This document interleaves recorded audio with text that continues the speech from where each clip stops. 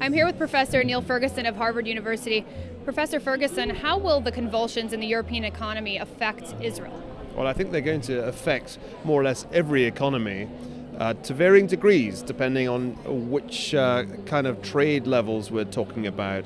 Israel is an interesting case because if you look at the whole population of economies in the world, it's actually done remarkably well through this crisis.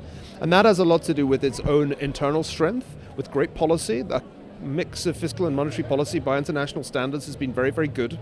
And so if you had to pick a relative winner from this whole sorry saga of 5 years of financial crisis, it would be Israel. Having said that, if you have what seems likely a major shock in Europe, it's hard to believe that Israel will be wholly unaffected.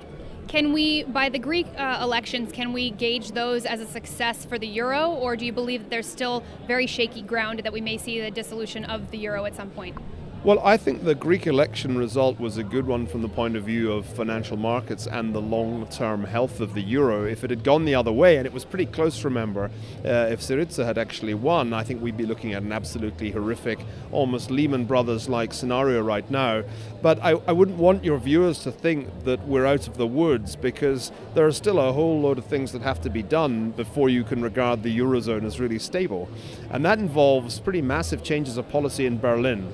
You have to have deposit insurance right across the board in the Eurozone. You have to have some kind of banking union. But perhaps most importantly, you have to see Europe moving in the direction of a fiscal federal system with Eurobonds, which means joint liability for at least some of the debts of the European member states.